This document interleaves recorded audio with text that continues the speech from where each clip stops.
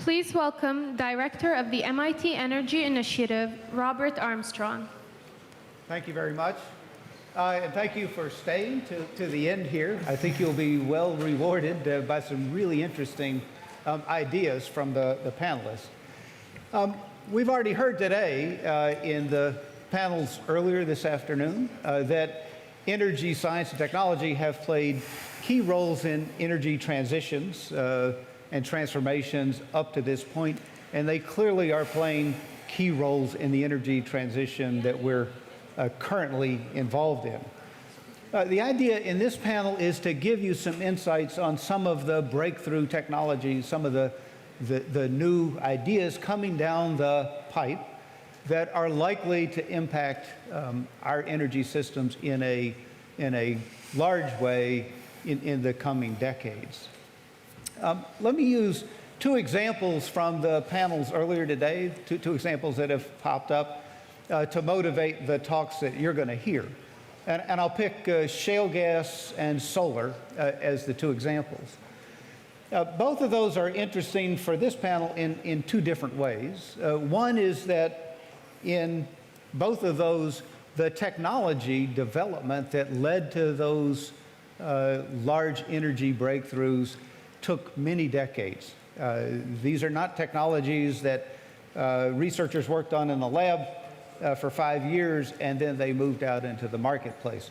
In both cases, both shale gas and in solar, those technologies were worked on for 4 decades or so before they made it into commercial practice.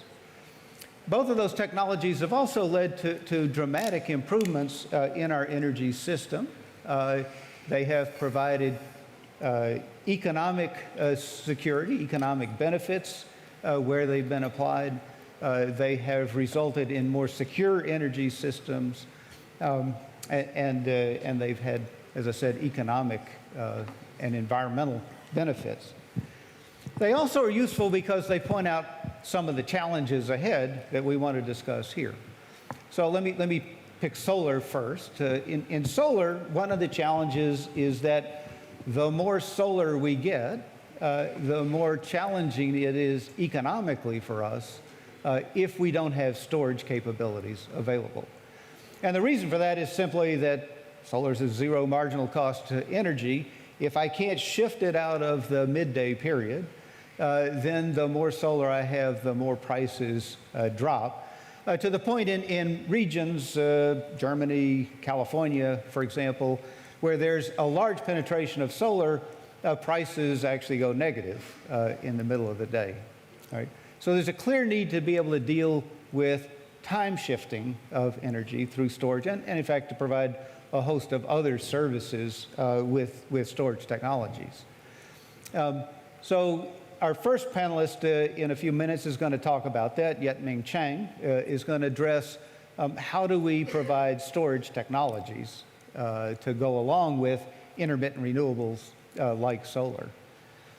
Another attribute that both of those have and a challenge is that time scale, the multi-decade time scale. Our second speaker, Elsa Olivetti, is going to address the issue of how might we use some of the new ideas coming out of computer science, big data, machine learning, or deep learning, if you prefer that, data analytics.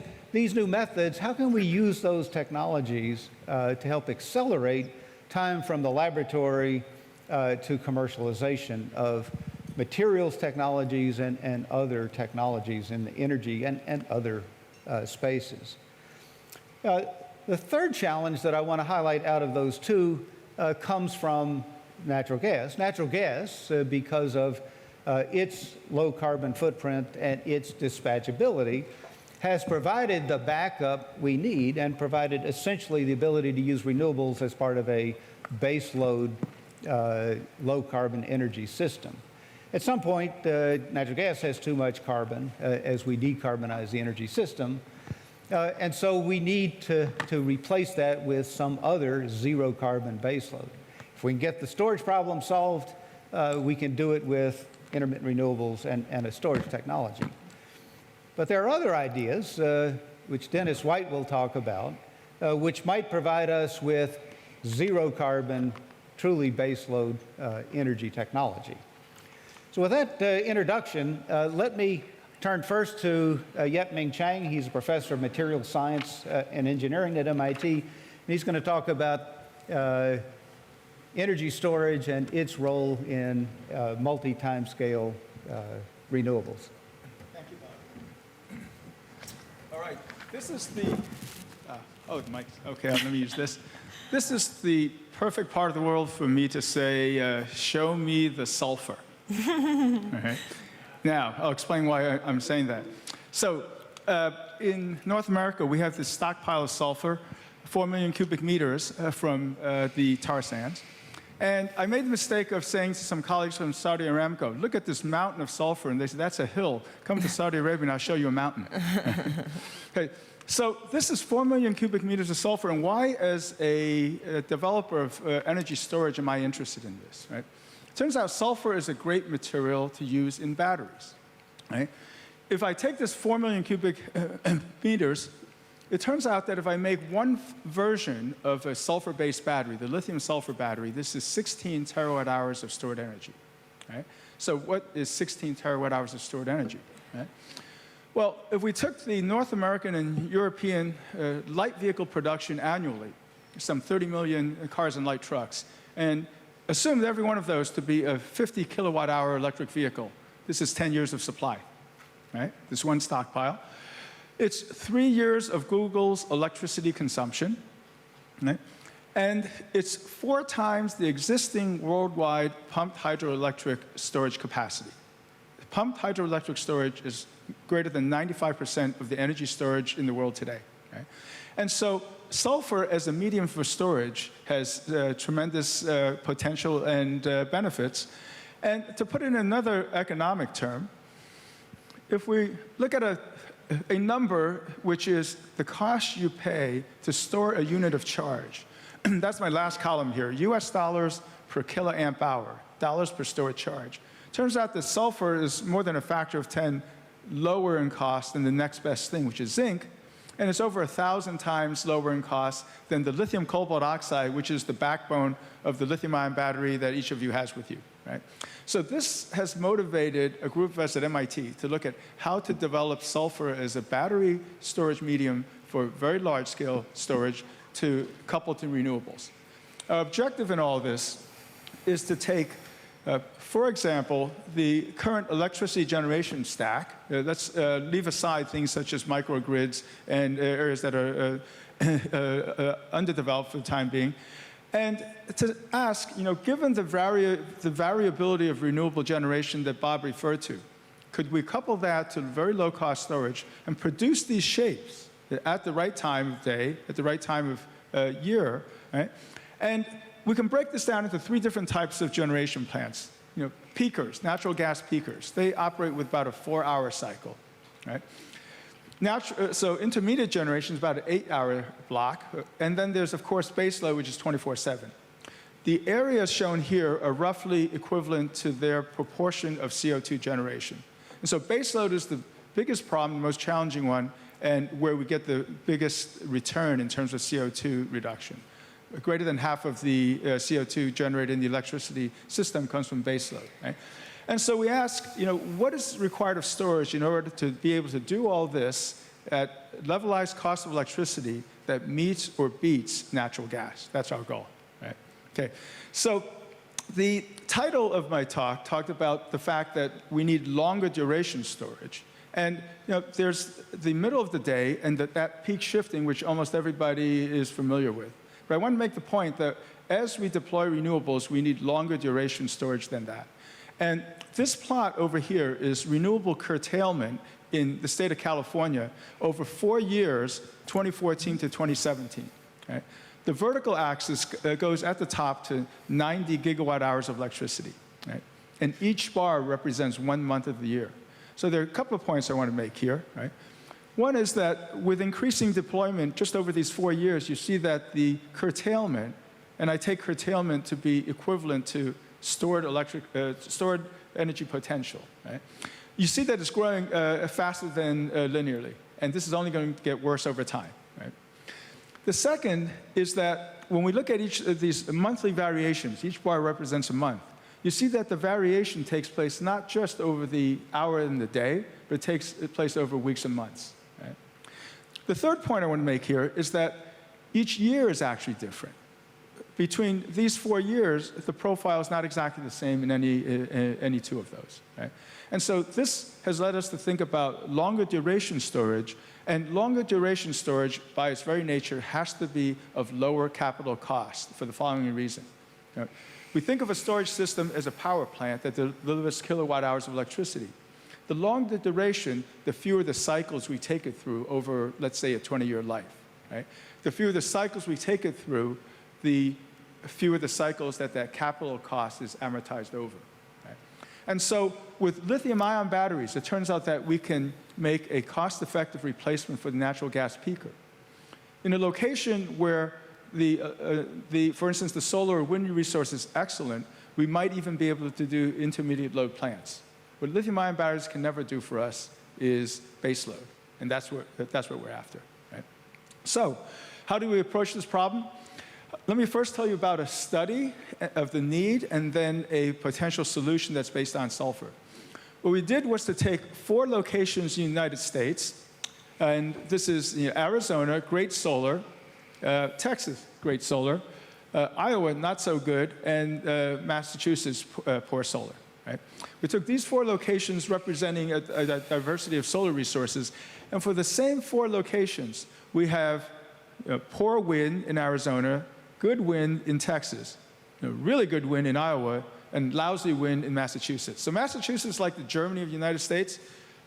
Lousy wind, lousy solar, enormous enthusiasm for renewables. Right? Okay? Right. That's why it's there. Okay? Okay, so what we did with these 4 locations was to take 20 years of backwards-looking data from AWS True Power, this investment-grade data, hourly resolved, and took it and put it into the following model. What we wanted to minimize was the LCOE from renewables plus storage. Right? And we wanted to see how competitive that would be with, for instance, natural gas. But what we allowed to vary, so we set the price of solar and we set the price of wind. What we allowed to vary was the cost of storage. And we allowed to vary in 2 ways. One is the cost of the energy that's stored, and then the cost of the power that comes out of it. Right? Now, this color map this is one snapshot of the results from an extensive study that will be published, a peer-reviewed study. Right? This color map, the color represents the LCOE that comes out of the entire system. And on the bar on the right, what you see is nuclear, you see coal, and you see natural gas. And so where we really want to be is in the blue, and ideally the deep blue. That's where we beat natural gas, right, on an LCOE basis, down in the few cents a kilowatt hour basis. The horizontal axis goes from 0 to $150 per kilowatt hour as the capital cost of storage. And the reason it stops at 150 is because that's my lower bound for what lithium ion can get to. Okay? And so what you see on here is that in order to get into the deep blue, we need to be much lower cost than lithium ion. We need to be in the $20 per kilowatt hour installed all-in cost or less. Right? Now, what I'll tell you is that pumped hydro can do that today.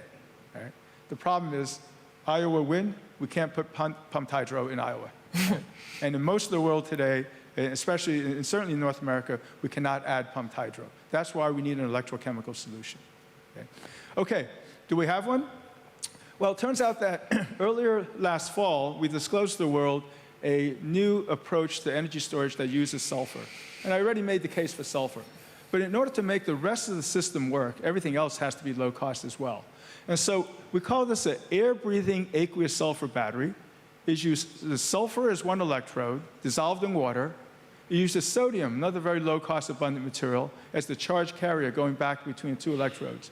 And one of the keys is that usually the other electrode adds a lot of cost to a battery. In this case, that other electrode is actually air.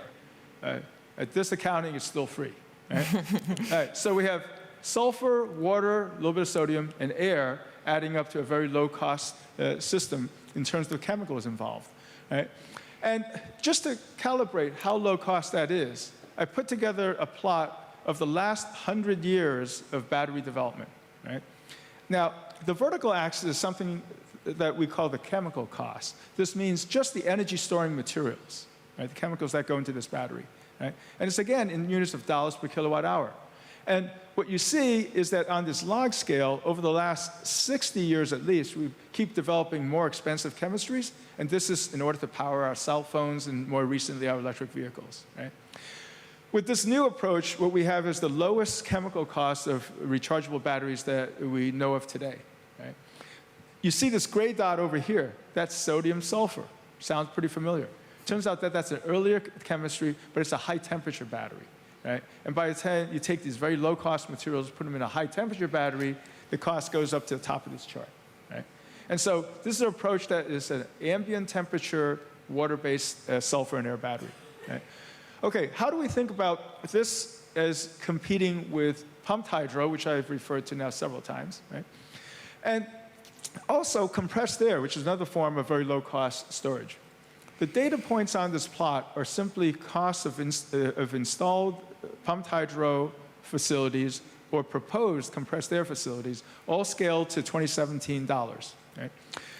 The horizontal axis is duration, and this is on, a 4 orders of magnitude here, because the long duration storage that I'm talking about will now go beyond the day by another 2 orders of magnitude.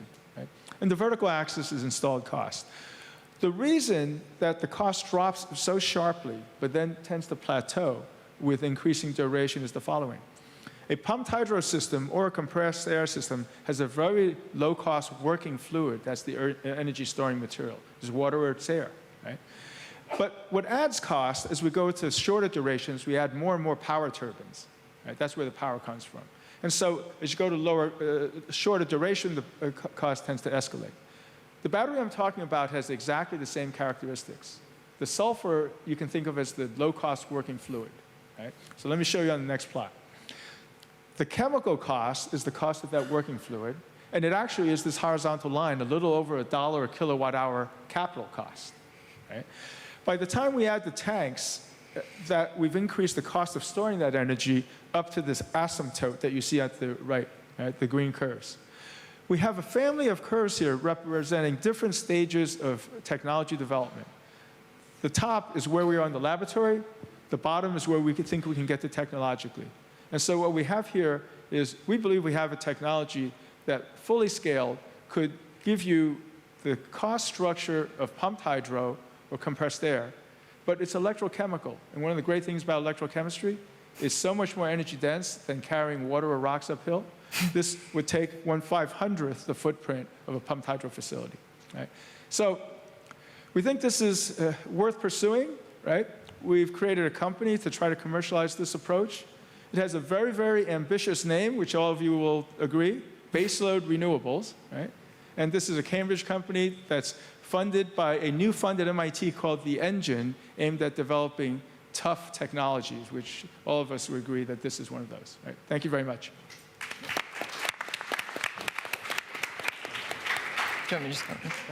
Thank you very much. So before we go to Elsa, I just want to ask you one quick follow-up question. So you've been a serial entrepreneur. This is not your first battery company. So you've had to deal with not just the new chemistry, but how do you manufacture these things? So how important do you think it is to, or have you thought already, as you develop this chemistry, about how you're going to make this? Yeah, this type of battery is called a flow battery. And one of the attractive things about it is that it's essentially assembled from bolted together components. The key to manufacturing batteries is to get someone else to do it.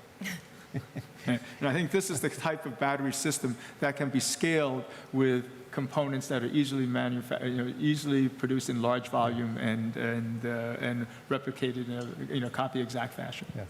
Great, thank you.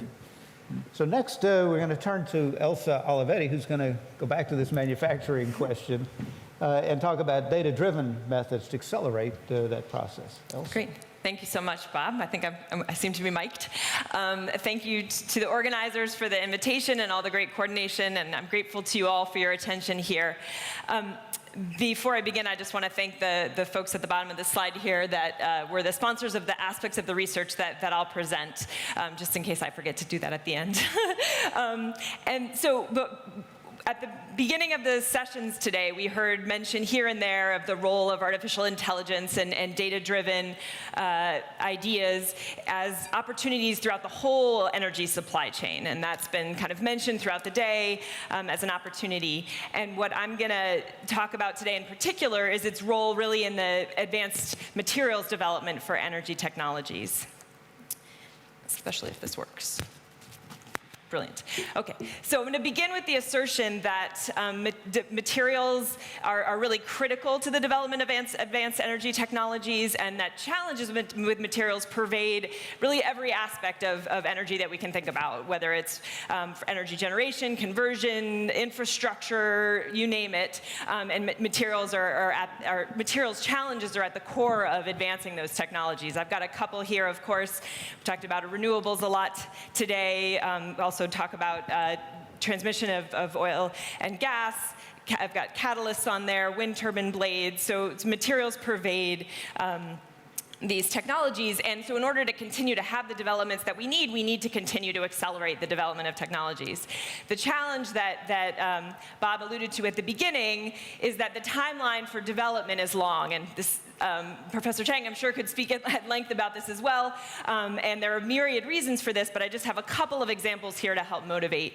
So here, I've got just a sort of snapshot of the timeline for silicon solar cell development, where we have early laboratory success in 1950s, where we can think about maybe a point in time for mass production according to today's standard processes for silicon solar cells about 30 years later. So on the sort of decades order that Bob alluded to in the beginning. For lithium-ion batteries, maybe a similar kind of timeline, early lab successes in 1980, and then as was alluded to in the previous talk, we've got lithium-ion batteries in production vehicles 2008, so almost 30 years after that. And so there are, of course, myriad reasons why these timelines are long, but I'll assert that at least one challenge has to do with the vast parameter space that we have to explore in doing these. So from a materials perspective, there's vast numbers of compounds, synthesis conditions, things to control in lab, and that's just at the lab scale. And then obviously, as we think about manufacturing, that we're going to increase those parameters significantly. And so here's where we might begin to develop advances in computer capability. And so, computers have played a role in materials and technology development for a very long time. But there has been this recent flourish in interest, and that's coupled with compute capability as well as new algorithms and ways to think about data analytics that can help accelerate it. So I've got a couple of examples here, not all of them tongue-in-cheek, about how compute capability has allowed computers to excel in typically human tasks. So here we've got IBM Watson beating some poor guys in Jeopardy. Then we hear that down the line, vehicles will be delivering us our pizza automatically, so that's definitely an advance in machine learning. The folks at Google's DeepMind were able to train a computer at about 50 Atari games, where the computer was only given the pixels and the scoreboard, and the computer figured out how to play the game and then figured out how to beat the rest of us. And then IBM Watson has also made significant advances in health diagnostics by interpreting medical evidence in texts to provide diagnoses that in some cases have been higher than that of trained medical professionals. And so these examples may seem to be pretty far afield from the kind of materials technology development, but it's actually very far from that. Some of the stuff that we've done in my group and in other groups that have looked at these approaches have leveraged really all of these examples. And so I think that's a testament to the opportunities that we have when we find ways to kind of bridge across these different disciplines. So here's kind of a high-level vision of maybe the potential role that data analytics and machine learning could play in materials development for some cases. So if we move from this idea of the brilliant minds that are sitting on the stage and out at universities have this idea of, oh, here's a material to make, we hand it to the grad student takes it in the office to the lab and sort of trial and error thrashes away at the problem. and maybe read some of the literature to try to learn what we did last time? Can we move to a world where we have that expert working in tandem with some data-driven analytics to try and suggest what materials might make sense to make based on the properties of the materials, and then maybe also the computer helps suggest what are some ways we might synthesize that material. And then, so the vision here is what you see, this funnel on the left, where we have that vast space that I talked about across compounds, across experimental conditions, and we start to focus and narrow that funnel based on what the data informs and provides us with what might make sense to pursue next. And so I'm going to take this funnel and turn it on its side to talk a little bit more about what that might look like. So on and we get a sense of kind of the scale of this idea of high throughput screening. So on the left here, we've got this gray box that I'll come back to a couple times. That's this big library of information, and there's lots of ways we might get that, ways we might talk about expanding it. And so that's got on the order of 10 to the 6th, we'll say, components in our problem here.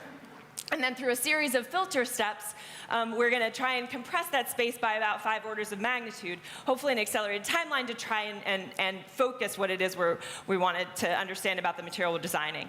And so those steps might include calculations that are driven by simulation, that are driven by first principles calculations, but also ways of using machine learning to make those sometimes fairly expensive calculations more cost effective. And so this balance between predictive accuracy, robustness, and then computational cost that we're going to go out to calculate any of the myriad properties we might want from our material. So the capacities that Professor Chang spoke about, ion mobilities, magnetic properties, some sorts of rate constants and catalytic activity. So lots of things you can think about that we would want to screen for. And then once we have those calculations, then we filter by the properties we want.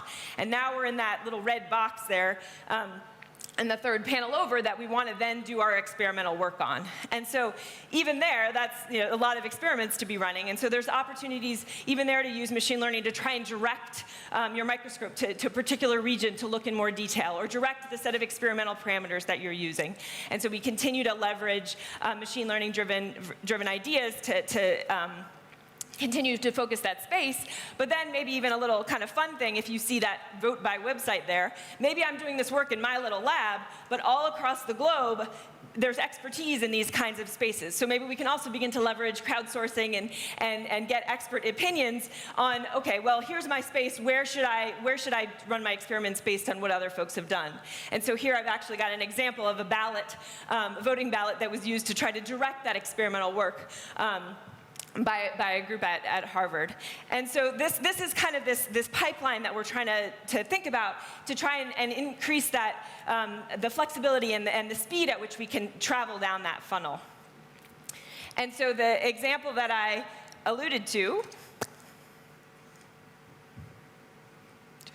in that voting is actually an example by around the development of organic LEDs. And so we're starting to see some evidence of this pipeline working, and this pipeline working at accelerated pace. And so this work is by Professor Gomes Bombarelli, who's a new faculty within our Department of Material Science. So we started with this space of 2.5 million molecules to analyze for potential use in organic light-emitting diode materials for displays. And through that screening process that we just talked about, went all the way from this library to experimental confirmation in the lab in 2 to 3 years, and now has a commercial venture on the subject. So there's lots of opportunities to improve, lots of need for experimental confirmation of these approaches, but we start to see the potential for this.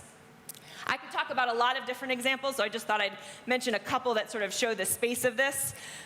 So we've spoken a bit about batteries and lithium-ion batteries already today. This is sort of a set of compounds, class of compounds that could be used for lithium-ion battery cathodes, or looking at the voltage of those materials versus their safety. So again, a kind of screening idea that we would go out to sort of focus what materials we then look into in more detail.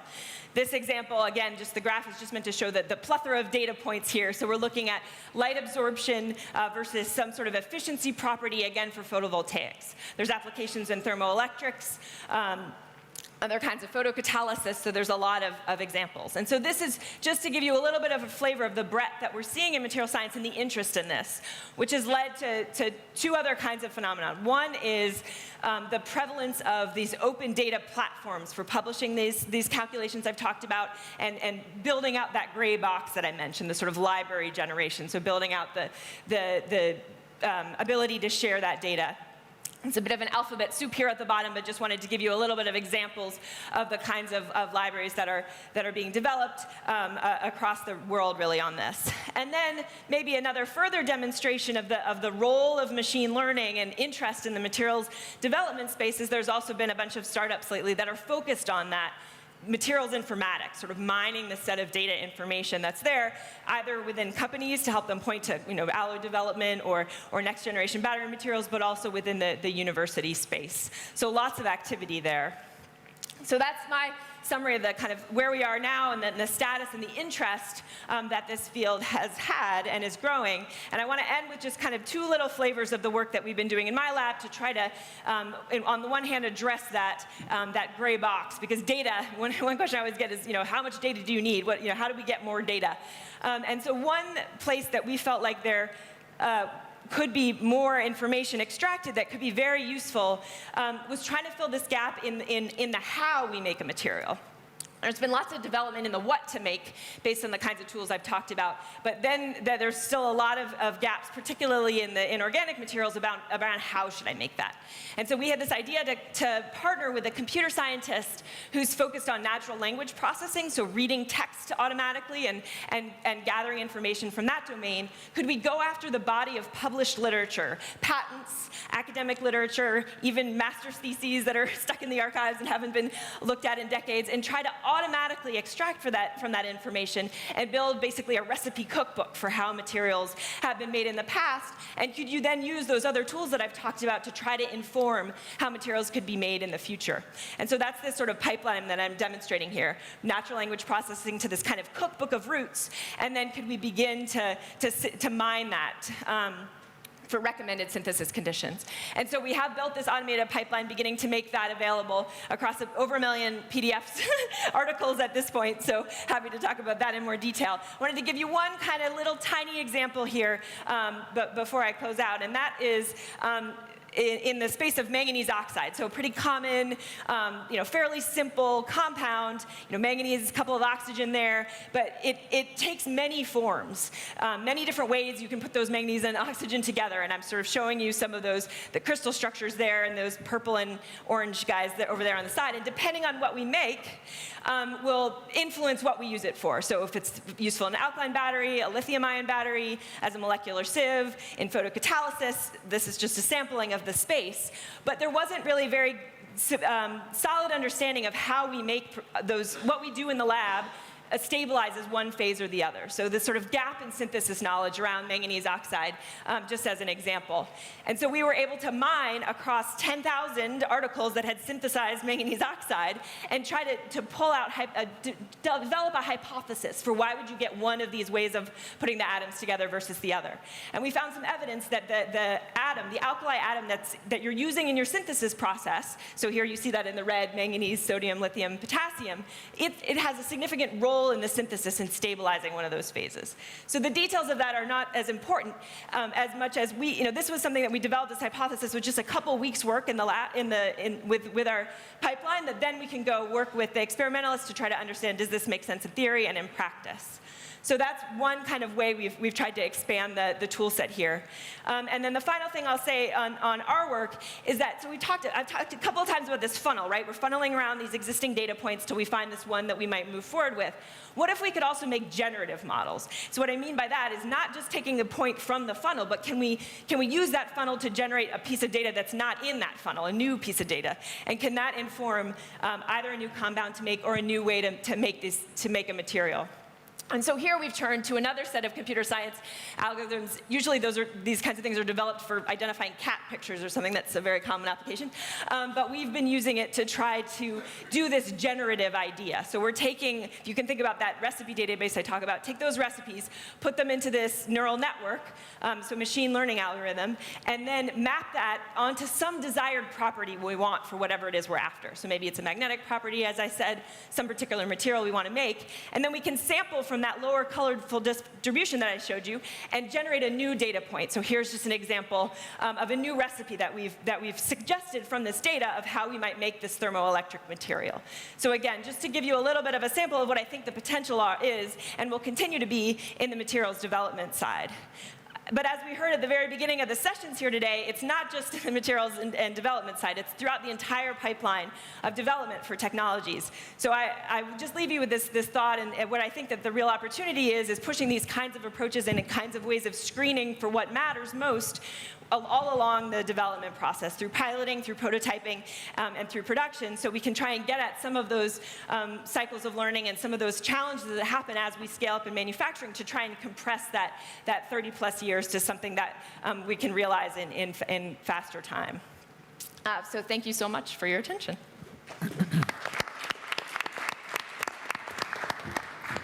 One quick follow-up question are there areas of material synthesis that you think you're better at, better suited for with a technology like this than others?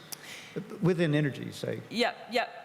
So it's in terms of our current text and data mining activities, what we've tried to do is build models that can be transferred from one domain to the other. So if we've focused on one type of synthesis method, what does it take to have it translate to another synthesis method?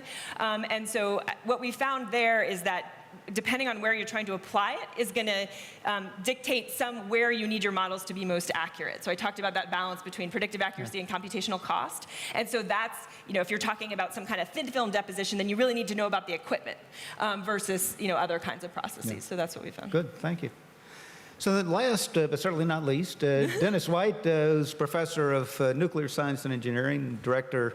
He's the department head in that department and also director of the Plasma Science and Fusion Center, MIT. He's going to talk about faster routes to small modular fusion reactors.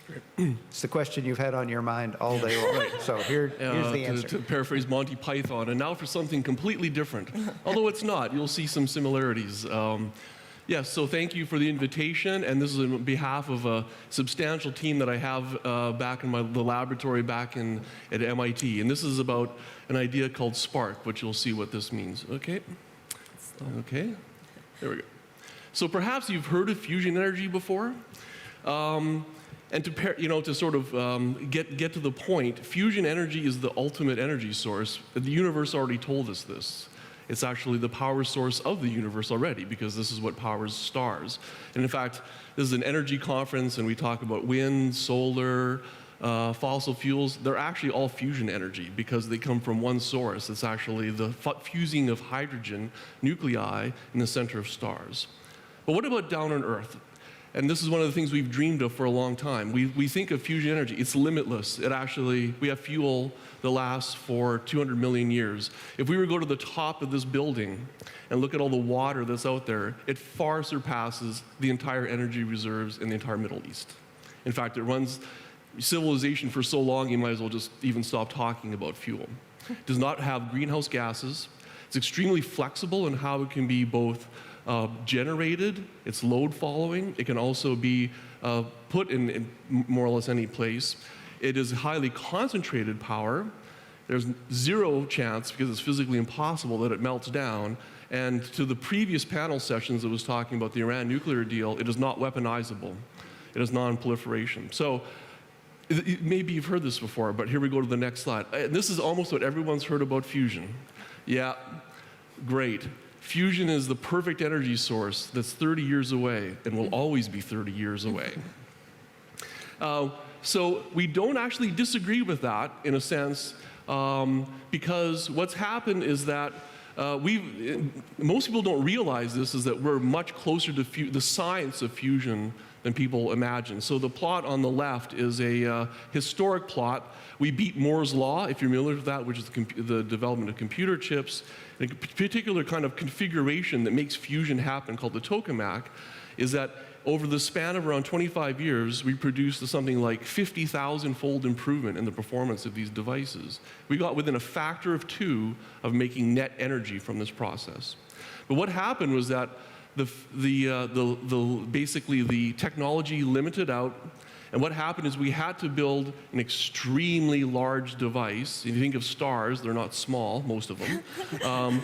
And what we did was actually have to make it so large that what we plot this on is a quadrant graph, which is a standard one in technology development, which is about essentially confidence in the science, higher and lower on it. But left and right, on the left you have really slow, big, and expensive things, and to the right are fast, small, and inexpensive. So there's a wonderful science experiment called ITER. In fact, I've worked a lot on this project, but it's taking about 30 years to do it. So it doesn't really look like a great extrapolation to an energy source. On the other side, some of my colleagues have actually looked at that and said, you know what we need? We need smaller, faster, nimbler approaches to this that is not a tokamak. And they live over on the right-hand side. The problem is that their science is unproven, so they're taking extremely large extrapolations in science. So it's either too big or too unproven. So then it is always 30 years away. Where should I point this? Or maybe it's just the slides are huge. So this comes to what we do at MIT. So at MIT, at the heart of what we've done is that we've always combined new magnet technology with leading edge fusion science. And this is just the timeline, which I won't go into the details. There's some wonderful history there, a Nobel Prize for developing the science that came with extremely high magnetic fields. Why is this? It's because a tokamak and almost all those configurations we showed you is that we're making a star on Earth. It has to be about 100 million degrees. It has to be able to contain itself. The only way that seems practical right now to do that on Earth is you basically hold this with very strong magnetic fields. It's essentially a way of holding this star without actually physically touching it. I'll just go to so we've done this all the way through. We've done this since the 1970s. And so what's happened? Obviously have large data content on my slides. Okay, there we go. Could you please play the video? So what we're going to see here is a video of the actual thing. So that all sounds like science fiction, particularly something has to be at 100 million degrees. What you're seeing is a movie of our experiment at MIT.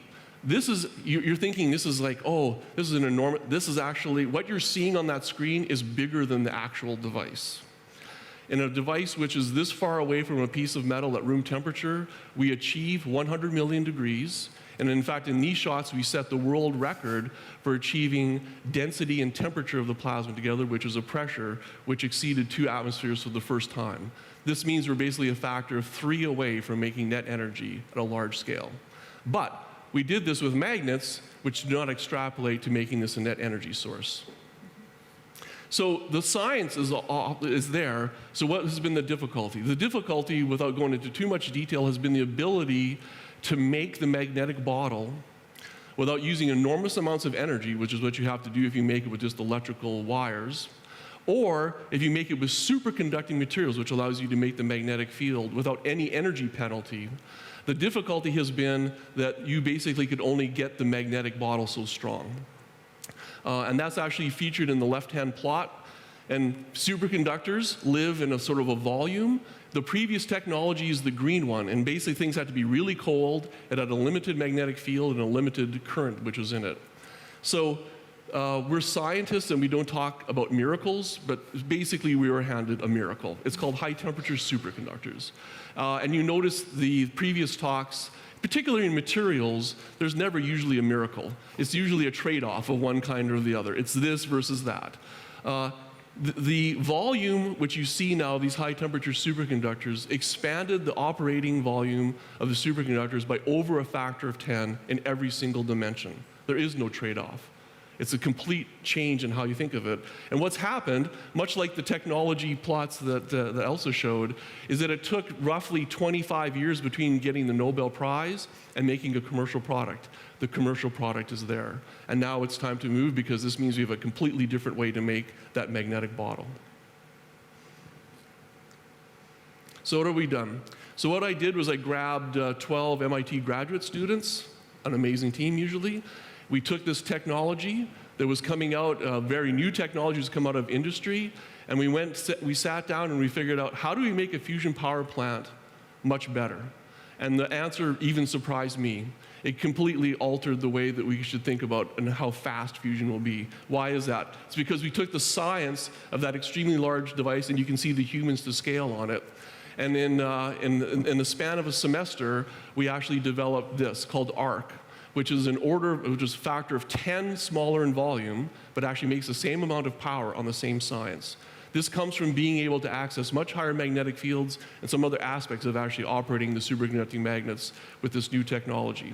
This is extremely exciting. This means that with science that we have in hand, we have something that looks like, oh, and by the way, that is economically competitive against other energy sources, because you've just decreased the amount of cost per watt by a factor of over 10 by known science. But that is called ARC, Affordable, Robust, Compact. What we've actually done is now figured out, well, how do we actually get to there really fast? And we call that SPARC. That stands for Soon as Possible ARC, or Small and Privately Funded ARC.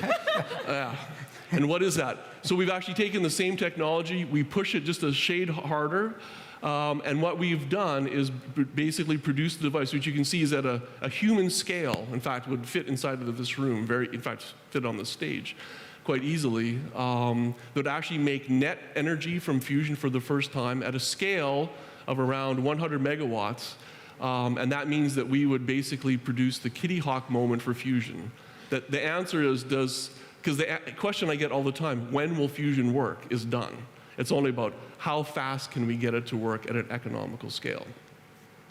So our plan is to actually disrupt the entire strategy to achieve fusion energy. And the reason for this is that is actually not because we're hoping for some science miracle. What we have in front of us is a very defined set of technology goals of taking this new superconductor, which is already performing at spec, basically producing a new generation of electromagnets. And what we get to do is that instead of right now, the most serious plan, I would say, is the European plan to produce electricity that follows on from ITER. This comes in around 2060. So I would say if you're an oil producer, you're not worried too much about that. Oh, and by the way, it costs $30 a watt.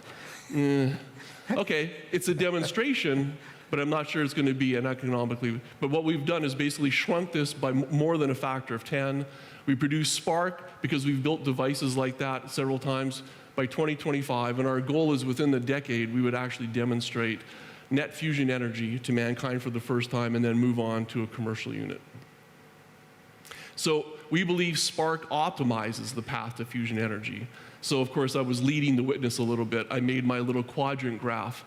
Spark uses the same science as that over there, which we've invested tens of billions of dollars and many millions of man-years of effort over on that. Uses the same science of that, but is in fact smaller and faster than the present startups which are there.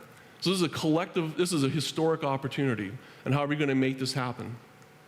So it's not just about actually the technology, it's about the way that you get there. And even though it's a little bit tongue-in-cheek, the name of Spark, it's not. What we realize is that because of the scale of this and our confidence in the science of what we've demonstrated in the lab at MIT and in other places as well too, is that this deserves a look at as a commercial product. Namely, this belongs primarily in the private sector to be making a product that actually somebody will use. And as for somebody, and this was a realization I came to. I'm a scientist. I've worked on the dream of fusion energy for 25 years of my professional life. And I came to the realization, why did I do that? Because I think fusion can actually change humanity. Because it provides unlimited energy in a clean way for everyone on the planet.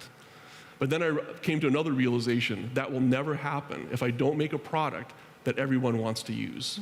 And that's actually why this should be commercialized. So we've actually got a plan, and this also follows on from the other slides, which you will also see. Guess what we've done? We've actually decided to make a spin-out of this. And the spin-out of this is based on making these new magnets, and it's also based on a business model which also basically takes everything else that uses magnets and also changes the way we think of those, which has to do with energy storage, motors and generators, medical devices, and so forth. If you want some more details on that, I can talk to you later. So we've also realized that Spark is small enough that we can actually site it at MIT.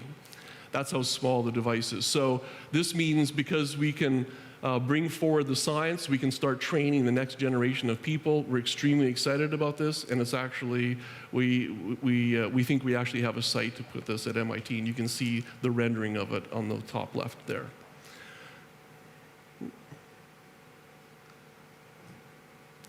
The other part of this is the model about how we fund it and how we translate this. So we have a research laboratory at MIT, which I'm the director of. We've actually started now a private company called Commonwealth Fusion Systems.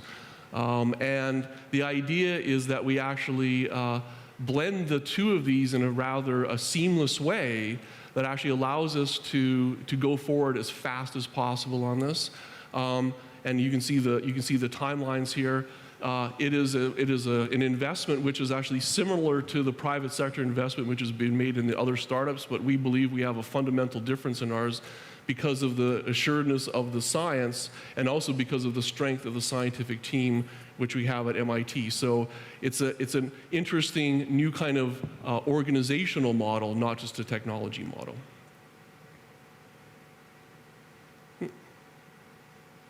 So I don't think that was the last slide. No, there we go. So what we see in this is it's a historic opportunity of a new technology for a new energy source.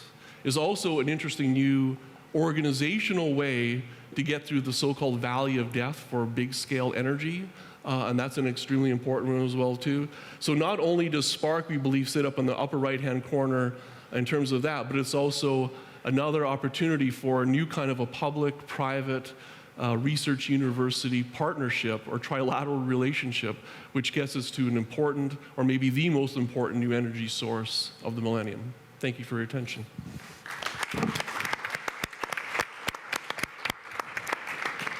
Thank you, Dennis. So while you're sitting down, let me ask one follow-up question to you. So you clearly with Spark, a key is to get these magnets to work. So your new high-temperature superconducting magnets. We all believe you'll get that to work in a couple of years. Then what do you think would be the next big impediment or biggest challenge to cost-effective fusion energy? Yeah. So it's two issues. So one of them is dealing with your grand success of this. This makes staggering amounts of power in a small object, which is good from an economic point of view. But it means you have to have extremely effective ways to transfer the heat out of the system, so it becomes much more mechanical engineering heat transfer issue. So we've recognized that issue and we have some pathways towards that, but I think that would be the big science push. And then the other one is actually in cost effectiveness, the cost floor of the raw materials of the device which I showed you, which would be a power plant, is unbelievably small. It's essentially 10 cents per watt. It's almost free. Okay, that's not the problem. The problem is up here. Can we come up with really clever design options which allow us to have both a modular type of design, which makes it efficient, but also assembly techniques which are extremely scalable. In some sense, it goes to sort of yours. Things have to be scalable so you can do this very rapidly. It can't take a decade to build a single device. It has to take a month to build a single device or something like that. So those are the two challenges. We run those numbers. That gets us to a point where fusion can absolutely be cost effective and be deployed at a rate that can actually make a difference mid-century for climate mitigation. Good, thank you. So you've certainly thrown down the gauntlet to the battery folks, and that's good. So let me go to Yet and to Elsa about lithium-ion batteries. So we've heard about lithium-ion today with the vehicles and transportation, but that seems to be challenged here, certainly for large-scale energy storage. What do you see as the runway for lithium-ion? Where do you think that's going to go? Is it going to be limited to consumer electronics? Will it really make a big dent at scale in transportation, vehicles? Are we going to see heavy-duty trucking with Right. batteries? Electric flight. Well, Right. So, I worked for many years on lithium-ion and started 2 companies that developed new lithium-ion technology. And lithium-ion still has a very robust roadmap ahead of it. I think for transportation, especially ground transportation, there is no, in my view, really viable competitor on the horizon today. The roadmap for lithium-ion over the next few years is well established. It's going to continue to increase in energy density and continue to drop in cost, right? And the end of that roadmap that we can see right now is actually using lithium metal as the negative electrode, which, if we could do that today, would increase the energy density of the lithium-ion battery by about a factor of 2, right there, right? And so I think it's likely that within a decade we start to approach that. So the cost of lithium-ion, there is a floor on it. I referred to it earlier. I think what could disrupt that is that the life cycle of lithium-ion, which is something Elsa knows a great deal about, is today such that there is actually no residual value in a lithium-ion battery. Right? We barely recycle them, we shred them, we dissolve them. And compare that to lead-acid batteries. Lead-acid batteries have something like a 40% residual value at the end of life. Right? And so one of the things that could disrupt this cost curve and continue to bring it down, still I don't think enough to get to where we need to for large-scale renewable storage, is to have not so much a second life, but a recycling that allows us to reuse the fairly expensive materials that go into lithium-ion. do you want to add anything to that, Elsa? Okay. So we have just a couple of minutes left. If there are questions from the audience, yes? Hold on for a mic here, 1 second. I'm David Kim from World Energy Council. Professor Yang Xiaohong, you all I think know her. She came over to World Economic Forum in Davos last year. And from what I remember, she said that to make the lithium battery reliable and resilient, she is now looking for the more solid electrolyte. But from what I see, you are using liquid water electrolyte. Do you think it's a viable solution for the ground transportation, something like that? Yes, so the all-solid state battery is one of the very attractive options that is not I would not consider a great divergence off this lithium-ion roadmap that I referred to. And I think that when we talk about gigawatt hours of stored energy, these are going to look like chemical plants. And so the technology that I described will look like, that's one of the reasons I think it's highly manufacturable. It will be something that anyone who produces a refinery or a chemical plant can build. The solid-state battery is much more an approach aimed at small devices, handheld, and also the electric vehicle. Right? And so there are a number of technical challenges there. I actually work on solid-state batteries as well.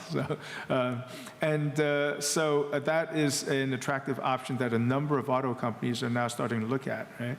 And I think we'll know in a few years whether or not it's an approach that comes and goes, like a lot of other topics, other approaches to batteries have come and gone over the years, or if it really has lasting power. So does that help you get past this cost threshold that you outlined in your Joule paper? Yeah. It gets you, the solid-state electrolyte can get us to the use of metal electrodes, lithium metal electrodes. That's where that big energy density gain will come from. It's one of a number of approaches that might get us there. Right? And that's really, to me, the value. If you simply put a solid electrolyte in a car battery to reduce the flammability of it, I don't think that's going to be enough to move the needle. Right? It really, that will not encourage mass adoption to the point that we need. Yeah. I have a question. Akshat Rati, I'm a journalist back here. My question is that electrochemical storage, especially if you're looking at interseasonal, you're going to require a large volume of it. Give me a comment on stability, on lithium-ion batteries. You take the charge out and they start losing power. How do you overcome that for chemical storage? Yeah. I think in all cases, we have to aim for the same kind of 20 to 30-year life that you would expect out of any other system that goes into the utility world. Right? And in general, there are a couple of trends. One is that as energy density goes up, life goes down. You can make a nice plot of that. The higher the energy density, the shorter the life. Right? So the kinds of systems that I talked about are relatively low energy density, also relatively low voltage. Right? And those are the likely directions to make very long-lived systems. But what will be, for something like seasonal storage, it's not the number of cycles, it's the number of years. So I think we're going to have to stop there. We're out of time. But I'd like to thank our panelists once again for some really interesting presentations.